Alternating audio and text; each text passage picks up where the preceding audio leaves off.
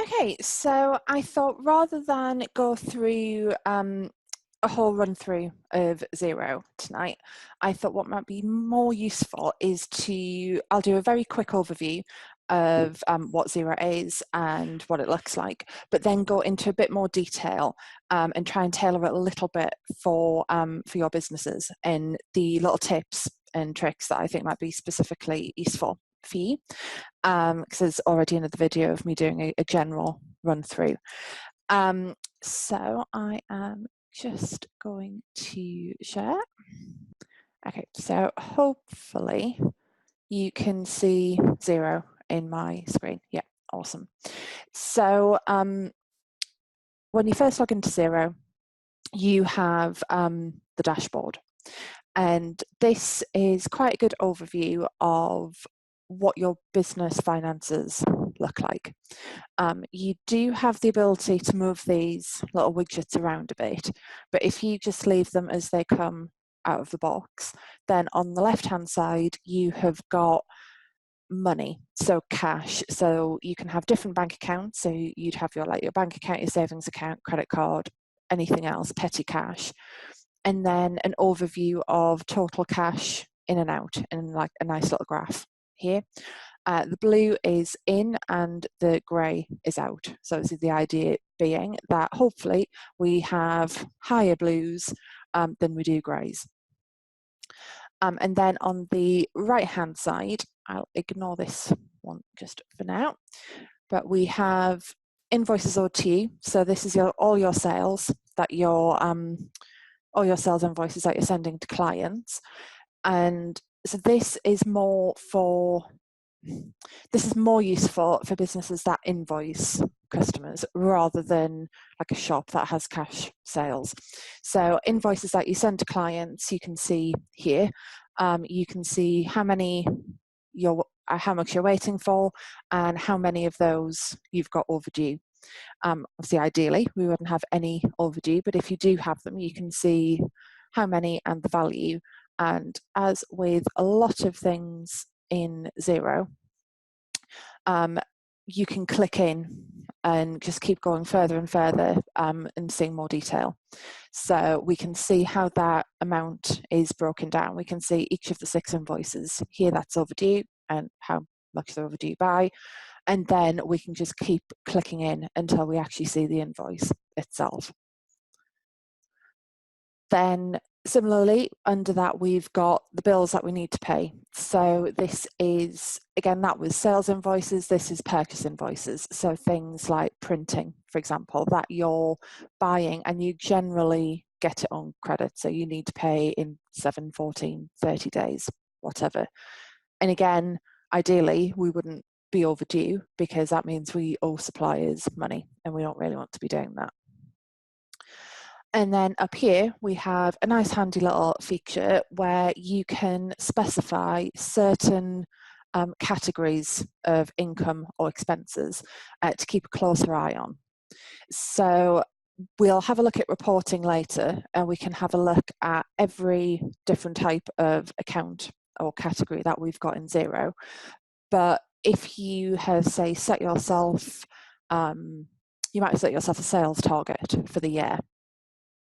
You would then add the sales category up here so that you can see how you're doing. So you'll see the year to date, and that is your financial year. So that might be 1st of April through to the end of March or whatever your year looks like. And then you can also see what that looks like this month. So if say your financial year is the calendar year, so January to December, and your goals for the year were to do £100,000 of sales. So yeah, £100,000 worth of sales. So far, I mean, we're just in August. This is done 25. So you might want to start looking at why that might be. It might be because you're a seasonal business, so most of your sales, excuse me, come in the last quarter of the year. Or it might be that for whatever reason sales haven't come in. Similarly, if you're, say, running an event, you might set up a different category specifically for that event, and then again monitor how much you're spending. against that. So there's no limit in theory to how many you can have up here. I would say probably no more than 5, otherwise it starts to be a bit pointless having it up there. I should have said at the beginning, if at any point you want to jump in and ask me to explain something in more detail, or if something's not making sense, just shout and let me know. Yeah, so that's the main dashboard. Then got the bank accounts. So I think, Rachel, you use QuickBooks at the moment, is that correct? Yeah. So I think the bank reconciliation side in Xero is easier and more straightforward to use than QuickBooks. Bank reconciliation, what that means is essentially if you had, say you had a paper bank statement, you, and some of you may do this, some might not, when you go through the paper bank statement, you check them off to see what you've spent and to make sure that everything on your bank statement is legitimate. It's something that you have spent or money that you have brought in. And that is basically what this screen is doing. So on the left-hand side, you've got the bank statement, effectively, and then on the right-hand side, you have got the actual item. So if you've put purchases or sales in Xero, then it will try and match those off for you. So this one, for example, we issued an invoice to Xero University back at the end of July, and when it's come from the bank statement, Xero has said, so this is a few days after the date of the invoice, so that makes sense that it might be this money. It's to Ridgeway, that matches, and the amount matches. So we'll try and give you a bit of a helping hand. It won't do it automatically for you. You get the final say, but it will bring it up in green and say, I think this is what this is. And then you can just click OK to say that matches, and then that disappears and you have reconciled. I won't go into too much detail on the reconciliation side of things, but what you're basically wanting to do is get these two numbers to match.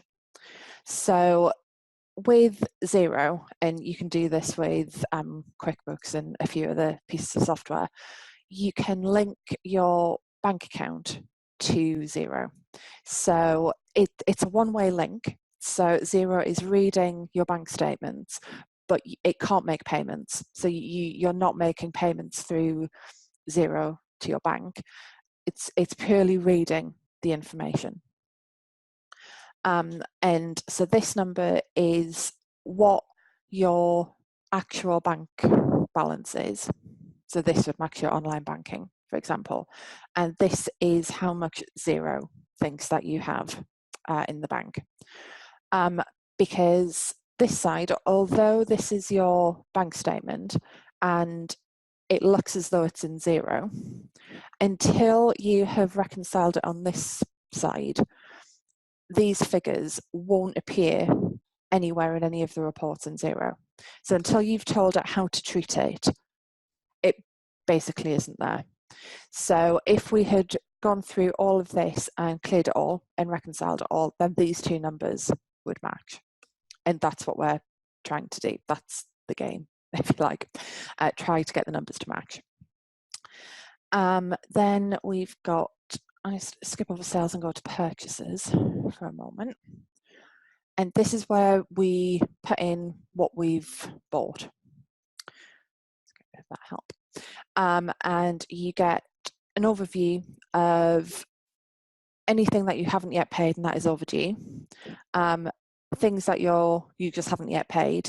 Some of that will be the overdue ones, but the others will just be things that aren't yet due. And you can see in this graph here, you get a visual representation of how much money is due to go out at various times throughout the month. And you can also save things as draft, or if you have, actually something like this might be useful for you, Louise, where you have, like you have people who work with you and you might want them to put the purchases in here, but you want to have the final approval before they properly go Yeah. into Xero. Yeah, that would work really well. And it might work well for like if you have a VA or other people like that. Very straightforward to add purchases. So you just say who it is from. So I have got a drive receipt. Here, I think I bought it yesterday. It was due on the same day. And then I am going to say it is a Cambridge October meeting. You can be as specific or not as you want to be. I'll put general because my networking isn't in here. And then you can add, just go and find my receipt. You can add a document. So now my receipt for my drive ticket for October is now in Xero. So you're starting to build up. It's not just somewhere where you're recording like the figures, you're also using it to record the receipts as well. So you're keeping a record of it, because that's something that you should be doing it's a requirement for HMRC to keep your records. Keeping an electronic version is absolutely fine. But you should be keeping a record of everything that you're buying or selling. And it also means that if you are looking at the reports and you're thinking, God, I spend a lot of money on software, which is normally what I do every month, then you can click into it and you can have a look at the individual receipts. Or if you want to query something, say you again bought printing for a client, and you just want to remind yourself of, I don't know, measurements or something that you know is on that invoice. This is a really quick way of just popping into Xero, bringing it up, and then you can find that invoice and it's in here. And then we can just approve that, and then that will appear in the little purchases overview that we saw. On the sales side, it's pretty much the same sort of thing. So rather than purchases, this is what we're selling. So what we're sending off to customers. And this is where I want to go into a bit more detail, because I think this area can be really useful for people. So we've got, again, draft, awaiting approval, awaiting payment, and overdue, with a nice graph here, a list of the top 5 customers who owe us the most, and then we can see that in a little pie chart if that makes more sense to you than a list. With invoices, we can set different branding templates. So we've got like standard, special projects, very orange invoice.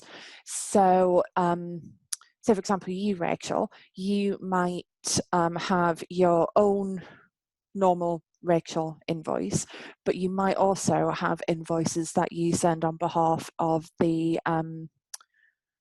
marketing bootcamp thing, the name of which has completely escaped me, but that one. And you can have different colors, different logo, even just different terms at the bottom of the invoice. So I personally have 3 different invoice templates that I have. One for just normal ad hoc work, one for my retainer clients that has some extra wording at the bottom, and one for my retainer clients that pay using a Stripe subscription, and that one doesn't have the payment details because they just pay each month through a subscription. So you can have different templates, which is quite nice, and you can tie this to certain clients. So say you have one client who wants very specific wording on the invoice from you.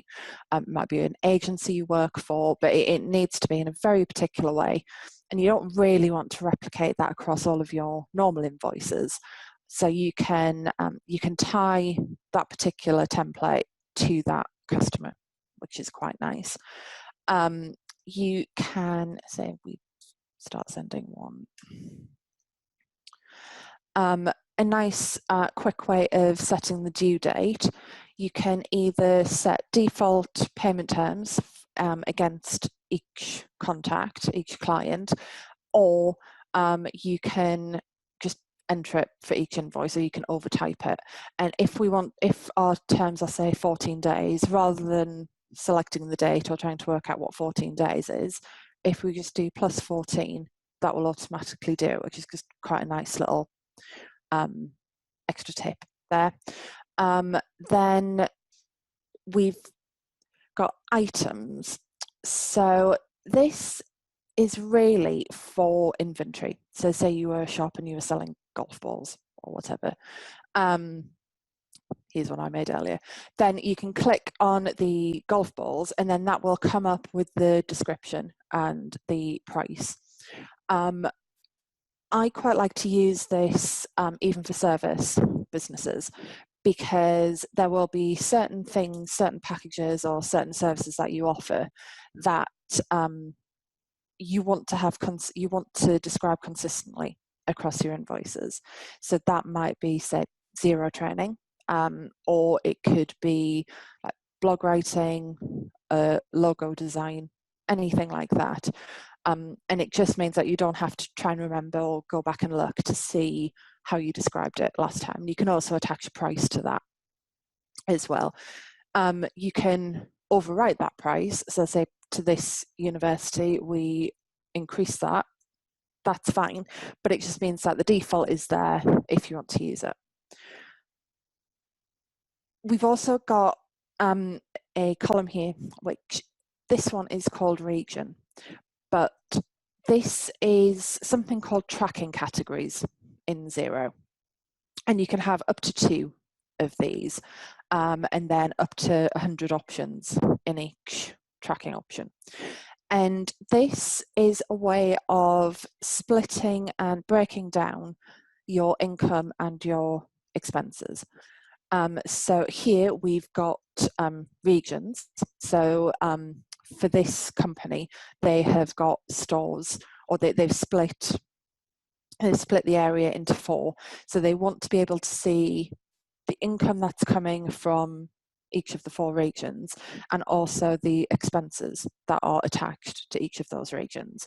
So they can make decisions on not just is the company as a whole profitable, but which region is profitable as well. And I thought for you, Berenice, you could possibly use this for your collaborators.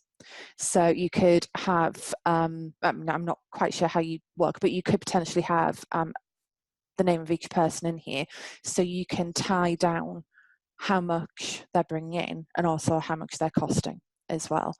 I have this set up for the different services that I offer, because it's important to me that I know not only am I profitable generally, but that I am only offering services that are worth offering. If I'm offering something that I've had no sales from, then I will be able to see that straight away and be able to stop offering it. And that's probably something that a lot of people don't know about in Xero, and it is really customizable, and I think it's really, really handy, even for quite small businesses. I think it's useful. As with the purchases, we can add documents to this as well. So say you were doing a sales invoice, you've bought printing on behalf of a client, and you're recharging that printing, and you want to send them a copy of the receipt. As we did before, just drag it in, and then when that goes off to the client, you can attach that as well. So we'll just save this, and then you can email the invoice directly from Xero, so you don't need to take it out anywhere. If you want to, you can print a PDF and save that, email it separately, actually print it out in hard copy if you really want to, but we can just email it. And as with the invoices themselves, we've got different templates that we can have, and we can set up different ones, again, for different types of branding, for different clients. And again, this is default wording, but you can overtype this if you want to, and it will then email the client with a link to view the invoice online and also pay the invoice online if you've set up payment services. And they can also print a PDF of that invoice too. You can also set it so that you get automatic invoice reminders that get emailed out. So if you can set it up, so say 7 days after the due date, if it hasn't been paid, or rather if you haven't reconciled it in that bank screen as paid, your clients will get a reminder to. And again, you can amend that text, so you can then say, 7 days late now, let's start seeing some money. And we've also got something here for online payments. So I'm just going to pop up here. You can attach different payment services to do not pay, this is a mistake, I haven't noticed that before. You can set up different payment services, so it might be PayPal, Stripe, something called Go Cardless, which is quite useful if you have retainer clients, because that's direct debit that you can set up. And again, you can attach these to certain invoice branding templates. And once you have the payment service on there, when the client looks at the invoice, they will get a link to pay online. And that makes it really easy for clients to pay you. And that's what you're wanting to do. You want to make it as easy as possible for people to pay. So you can still have your bank details on there, but adding a payment service, so whether that's Stripe or PayPal or something else, it just means they look at the invoice and they click straight through, and it is just super easy to pay. Emma, yeah, can so I you've ask got a question about payment services? Yeah. Go Cardless, is that purely for direct debit / retainer clients? So it is purely for direct debit clients. So there are a couple of different ways that you can set it up. You can set it up so that you set up the client against a plan. So that plan would be, I don't know, say £150 a month. Every single month it's 150. So that would be quite good for like retainer clients, or if you're running a subscription of some sort. You can also set it up so that it links directly with the invoices in Xero. So they sign up to a direct debit, but the amount that comes out is read from the invoice. Right. So for those people where it changes each month, it means that you can still have them set up on direct debit. Okay. It depends how you set up Go Cardless with Xero in the first place. Right. Does that answer the question? Yes, it does. Yeah. Thank you. Okay. Yeah, so I think that's it on the sales side. So you've got your invoice templates, your email templates for your email reminders, and the tracking categories. If you do have tracking categories set up, you'll see that on the sales invoices side and the purchases side as well. So you're doing both sides, the income and the expenses. I'll show you something called the chart of accounts, which might look a little scary, but it isn't really, and you won't have to come in here very often. But basically, this is the skeleton of your accounts and what everything else hangs off in Xero. And this is where you say what categories you want to use in Xero and how you want to break down your income and expenditure. There are certain things that you have to have in here, but a lot of things is just personal choice.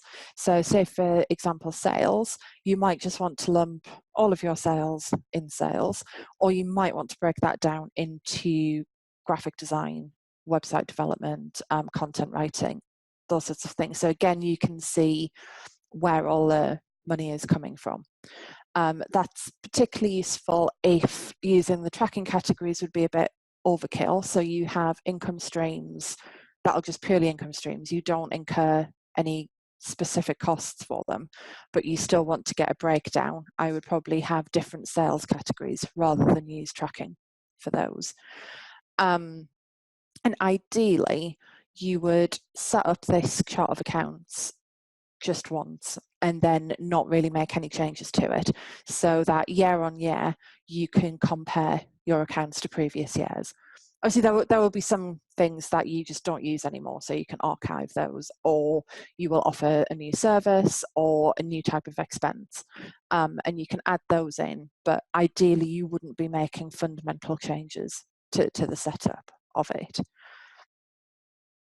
If we have a look at reports, there are lots and lots and lots and lots and lots of standard reports in Xero, but you can also amend and add things to the reports as well.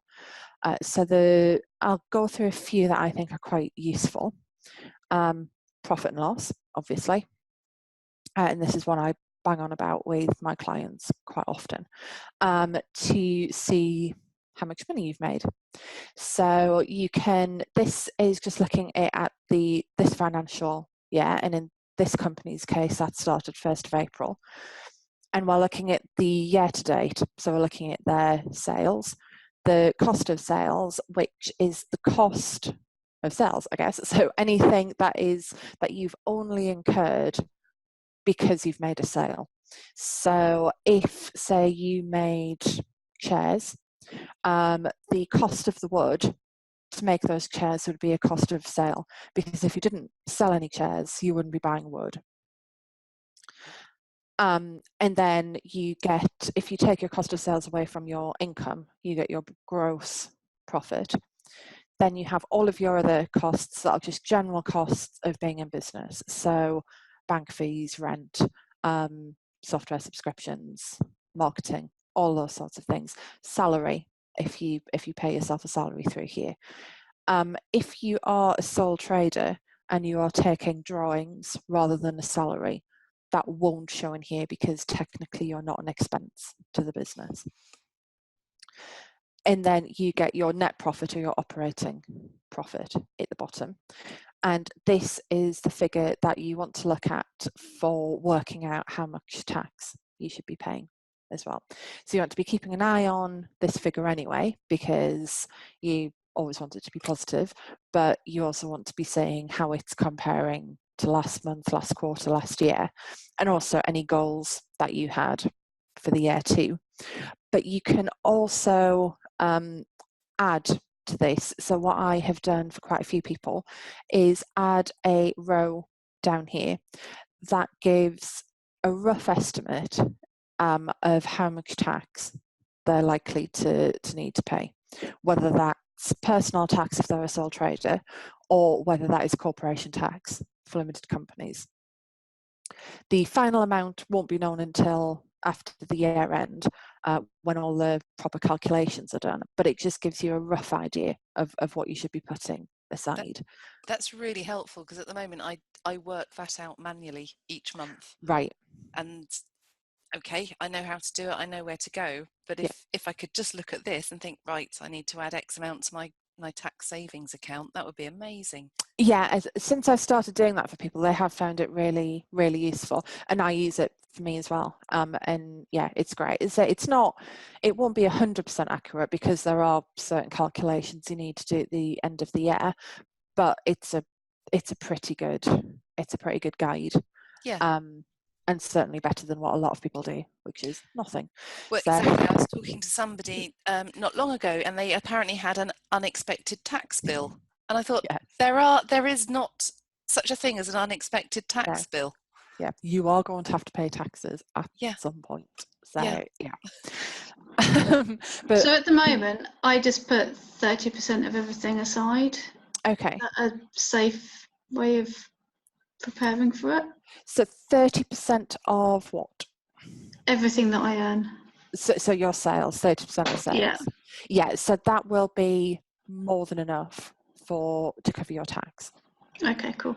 And yeah, that is quite like, if people aren't using Xero, they just want to do it themselves, I would say 30% it's a pretty good number. You will end up having saved more at the end of the year, But it is a pretty good guide for what to put aside. Okay, good. The other report that is quite nice is cash summary. So the profit and loss is, well, you can run it in two different ways. You can run it on accruals basis, which is traditional accounting, and that is you're looking at the income and the expenses in the period that they relate to, rather than when the cash leaves the business. So say, for example, I make my sales in July, so I invoice my clients in July, but they don't pay me until September. In the accruals basis, that hits my accounts in July. If I am running it on cash basis, which sole traders can do, that hits my accounts in September, because that's when I actually get the physical money. And then if you are running just traditional accounting, so the accruals basis,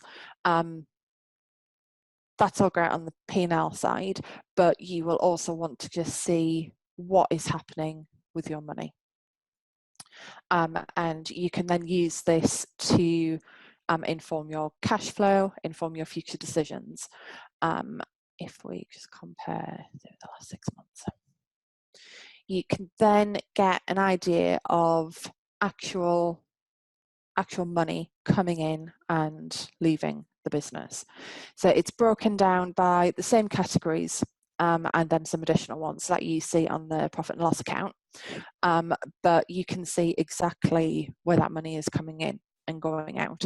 So I think sometimes when you look at the profit and loss account, you can see when the invoices were dated, but it's sometimes a bit difficult to really get a sense of when that money is really going to leave the bank, because so you might have put all of your invoices in from your suppliers, all of your purchases in today, but they're not due until November. So you might look at your bank balance and think, oh, I've got all this money. I've got £4,000 sitting in there. This is great. Let's go buy an office, or let's go recruit someone. But what you've also got hiding in the wings is 6,000 that you've committed to that is ready to come out in November.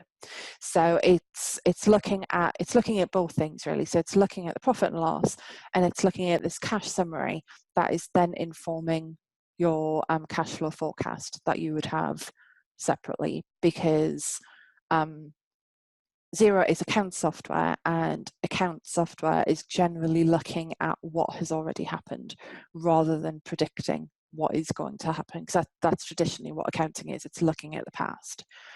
You can look at the past to predict the future, but it's really looking at what has already gone. There are, however, lots of different add-on software that you can get to add on to Xero and QuickBooks and the likes of Sage as well, that would do lots of other things. But if this is all you're using, then looking at the profit and loss and the cash summary, they're really good reports to be looking at pretty much every day, I would say. The other one is the balance sheet. And if you've ever looked at a set of accounts, you would have your profit and loss account and your balance sheet as well. And those two and some others form the accounts. And this is where you will find the assets and the liabilities of your business. So if you've bought, say, laptops or desks or anything like that, that would appear here. If you had loans or anything like that, that would also appear in this document as well. The other report that is useful is the invoice report. And I run this every month or so for people to look at all of the invoices that have been sent. So if we just push this back a few months, we can see a list of all the invoices that have been sent out, the date of the invoice, when it was due, and when it was actually paid. And with a lot of reports in Xero, we can export this to Excel, PDF, Google Sheets, and then start manipulating it. So what I quite like to do is take it off to Excel and then start running, start playing about with the data to work out how, on average, how long people are taking to pay us.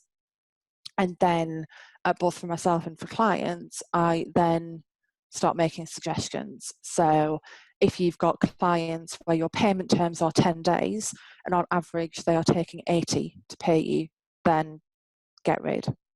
Or you might want to start thinking about getting rid of them. So again, I think that's quite a nice report to look at, because you're looking at the money coming in as well as the sales, because it's not much use making all of these sales if you're not actually collecting on the money. So it's just it's another tool, like with the sales overview that we looked at before, of seeing where things are and where you stand with certain clients. So that is quite a quick overview of everything. So I think we've got 20 minutes left, so I thought it would be good to just take questions and we can have a look. I'm happy to be as specific as you want. So if you want to ask questions specific about your business, that's fine, or just in general terms about what the software can do. But I will throw it over to you and grab a drink. I've got one question, which is that if I like this just works for me. I think is everything you've explained makes sense. I'm on QuickBooks. If I switched over to Xero, what's the best way to do that? Is it better to wait until the start of a new financial year to do that? Is it okay to do it now? And how does one interact with the other? Do I have to Yeah. How do you go from QuickBooks to Xero and know that everything's gone across okay? It's a manual thing. So it is a manual thing. Okay, so although they're both account software, they are set up in quite different ways, and that they have different things that they do, really. There's no automatic link because, not too surprisingly, software companies don't want you moving between the two. Of course, yeah. They don't want you to be able to just pick up your data and then easily get that into something else. So I would always suggest starting at the beginning of a financial year. But there are different ways you can interpret that. So you could say your financial year is April to March. You could either, you've made the decision now that you'd like to move. You can either continue with QuickBooks until the end of March next year, and then on the 1st of April, set up Xero and move everything and just start from scratch from April. Okay. Or, particularly so we're not a huge number of months in the year, you could decide, actually, I am just going to take the hit and put the data manually into Xero, going back to the 1st of April.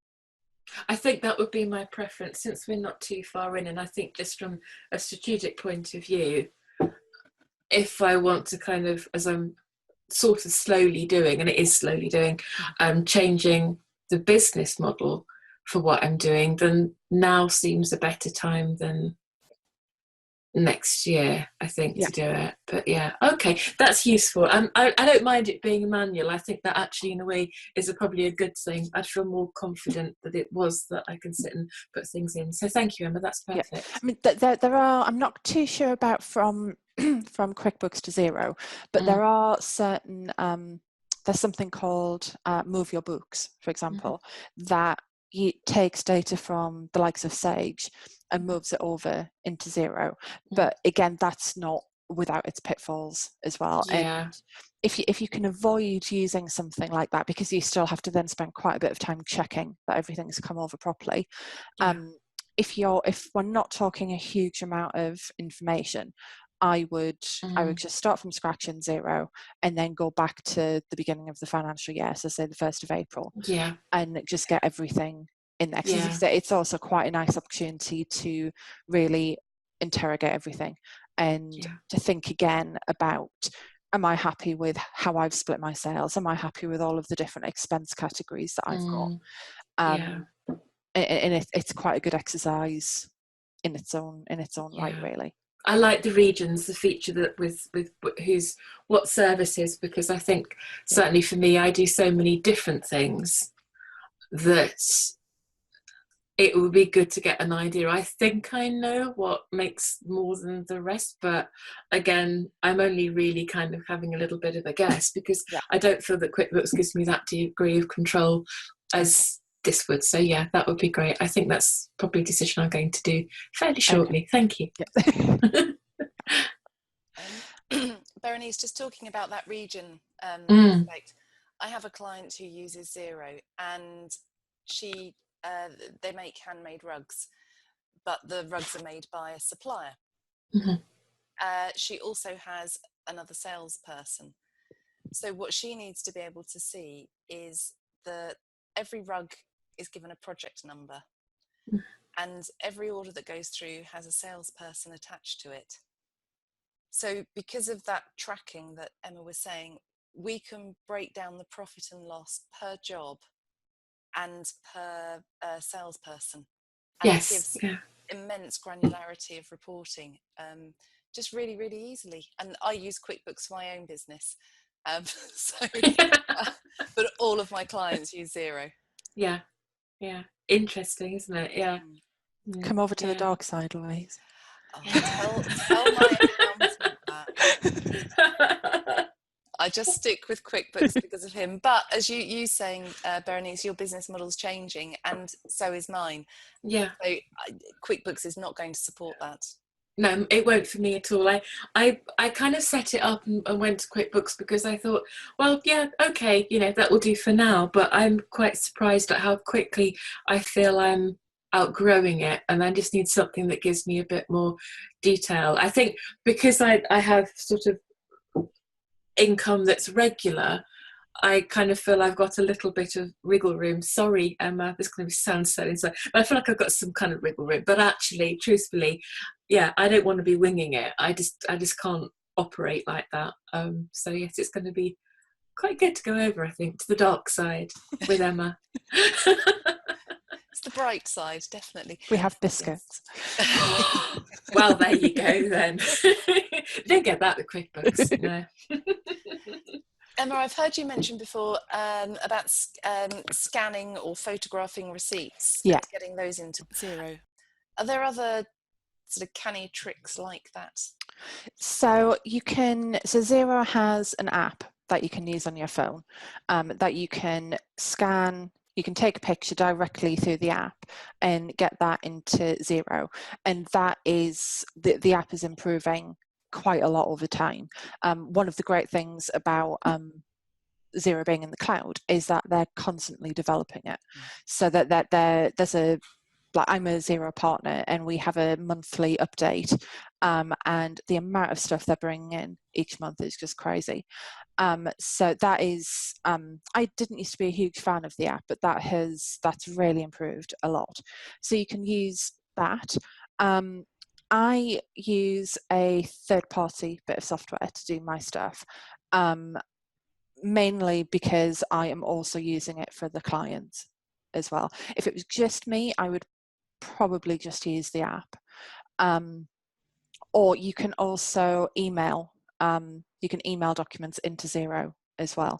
You get your own little email address, which I think you can customize, and then you would just forward invoices as you receive them to Xero, and then you can go in to there. You get a little folder, a little library in there, and you can just pull things out of it.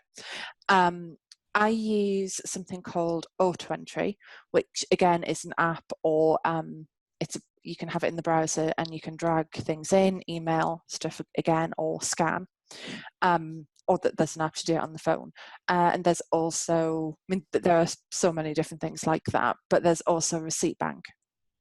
And I would say the two of them, Receipt Bank and Auto Entry, are the big players in it. And that they are by far the best ones, I think. So I think they're, for clients, I would say something like Receipt Bank or Auto Entry is probably more useful if you have a team, particularly if that team are incurring their own expenses. so that they're going off to shows or whatever and buying coffee or whatever it might be. I think that's particularly useful in those situations. If it's just you within your business, then see how you get on. But I would say the Xero app and possibly running it alongside emailing things directly into Xero is probably enough for most people, I think. So I only really use the other stuff because I use it for clients anyway, so I may as well use it for mine. Yeah. What about recurring invoices? Is that something that's possible? Yes, so you can. If we go into sales, so we can have repeating invoices. We can set up a new repeating invoice, and then you can specify how often it will happen. So normally I'd say it's every month, but you could say every week or every 2 weeks, and then again set the due date. You can have it save as draft, and this tends to be how I use it. I tend to have it set as a draft so that I am going in and just checking everything's fine. 9 times out of 10 it will be, but there might be one, particularly if you have customers who tend to stay with you for say 6 months or 7 months and then they go. So it could be, say, like a design project that you're sending them a regular invoice for 4 months and then the project ends. But even for those 4 months, setting them up as a repeating invoice will save you quite a bit of time. And then the rest of it, you're just doing it as you would anyway and saying what you're selling them. I don't know why you'd need a bar stool every month, but let's go with it. So then, yeah, you either save it as draft or you just save it as approved. So you're doing it. You don't need to go in and check it. But if we just save it as draft, and then when we save it, because we set it as today, what we should see is it's sitting in our drafts bucket over here. And then we can go in, make sure there aren't any changes to it. It's like, oh, Colin's actually had 2 lots of bar stool rental this month or whatever. And then you just approve it as you would normally and then email it as you would normally as well. So yeah, that repeating invoice is really useful for people. I think possibly more for service-based people, but I use it a lot for my clients. Yeah, because I think the only thing that I have available to me in QuickBooks is to copy a previous invoice. Yeah, and you can do that. You can do that in Xero as well. But yeah, the repeating is really useful. It is, because the number of times I open an invoice and I don't copy it, I just start over typing it. Yeah. So I mean, this is a foolproof way of doing it. Yeah. And yeah, so you can add lots of different things. So you've got like the basic email reminders for if invoices are overdue, but you can also add on software like Chaser where you can really go into quite granular detail for who you should be chasing, how often you should be chasing, the different types of emails that you get. So say 7 days you get a please pay me, 14 days really you should pay me now, 28 days if you don't pay me by tomorrow, that's it. So you can have lots of different options, and that is like QuickBooks has started. You get a lot of different software options with QuickBooks as well, but I think Xero were really the first account software that were offering all of these different add-ons. And like, say for example, Receipt Bank, who I was talking about before, the separate expenses app, they came about because of Xero. That their whole business model was because Xero opened up their API to companies and said, we're producing and developing in their terms, fairly basic account software, although it does do quite a lot. This is open. go wild with it, and lots of companies have sprung up off the back of it, and it links with things like Capsule, Zapier, which obviously then links to lots of things. So yeah, their marketplace is huge now for all the different apps. And it's changed so much over the 5 years that I've been using it. Yeah. And as you say, it was pretty basic. It was still easy to use, but you could see then the potential, a bit like Google when they had Google Labs. Yeah. They just wanted all of the best developers to get on board and create this fantastic piece of software. And that's what Xero's done. Yeah. Yeah. And things are improving, and that they're adding things all of the time. So not so long ago, they added a payroll module to it. And they have added something called projects, which is a bit more for like if you do job costing and that sort of stuff. And they're also working on, so they're making tax digital, which you may have heard of, is coming in for some businesses next year. They're doing a lot of work on that. So yeah, they are continuously doing stuff. And yeah, unlike say the likes of Sage from years ago, where you had to pay a big huge whack every time they updated it, and you had to almost take the system down in order to, well, you did have to take the system down in order to upgrade. This is just happening all in the background, and you're getting everything for monthly. It's certainly not the cheapest account software. It's probably the most expensive cloud one, but I think that money is worth it. It's interesting because I think a lot of other people are doing that. Other companies are doing that in different areas. So some of WordPress, Squarespace, it's the very same thing that Squarespace do it all in the background. You pay a bit more, but actually because it's controlled by the company that have, Xero can control it, and they make sure that people are putting the stuff into it and it's got a quality check on it, then I think it's more reliable. It's the same kind of setup with Squarespace. It's actually monitored. So what's going on in the background, you don't see it, but you hear about it, and actually it's always really good and high quality. It's worth doing for that reason. So I like that kind of buy-in, actually. Yeah. Okay. Yeah. So it's the only account software I use. So I don't take on clients who don't use it, because I think it's the best. It's the only one I want to use. That's good to know. That's good to know it's endorsed, because I think certainly from my point of view, where I'm concentrating solely always on the design side and things, I know what software I want to use to do that. When it comes to accounts, I'm kind of like, that will do. So it's good to have a recommendation. Cool. All of my clients use it, and the way that it integrates with other pieces of software is amazing. I have a client that uses inventory, or has stock, and so it's now integrated with an inventory piece of software called Unleashed. Yes. And it's just seamless. It's as if the two were made to work together. And I think that's where Xero wins hands down. As you say, they opened it up to everybody and just said, let's make this great. Yeah, and things like Shopify and stuff. So if you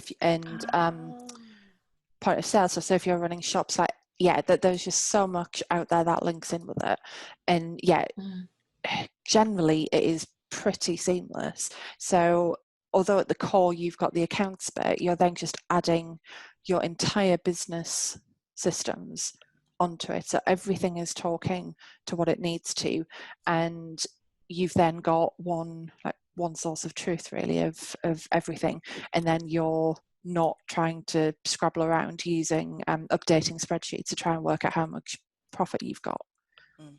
Everything is just linking together, and having the feeds from the bank is really useful too. One very last question, because I know we're kind of coming up to the end, but does it do anything, or is there any apps to do estimating or provides quotes that you can attach to it? Yes, you can. Because that takes up most of my time. It's a nuisance, although it's lovely to get the work in. So you can produce quotes through it, and similar to sales invoice, you prepare it in Xero. You can attach different documents to it if you want. So I don't know, that might be like a color chart or proof of something. And you can email that through Xero as you would an invoice. And then the potential client would view that online and could then approve it, reject it, make some suggestions. So there might be a bit of back and forth with it, and they can come back and say, oh, actually, I can't quite afford 4 of those, but let's go for 3. So they're amending it. And then once it's been accepted, you can then turn that into an invoice. Okay. So rather than having to manually write or copy all of the information out again, you just take that accepted quote and it's already in Xero, and then you just turn it into an invoice off the back of it. Brilliant. That's lovely. That's good to know. Thank you. There are some limitations to it. So the reporting on quotes isn't fantastic.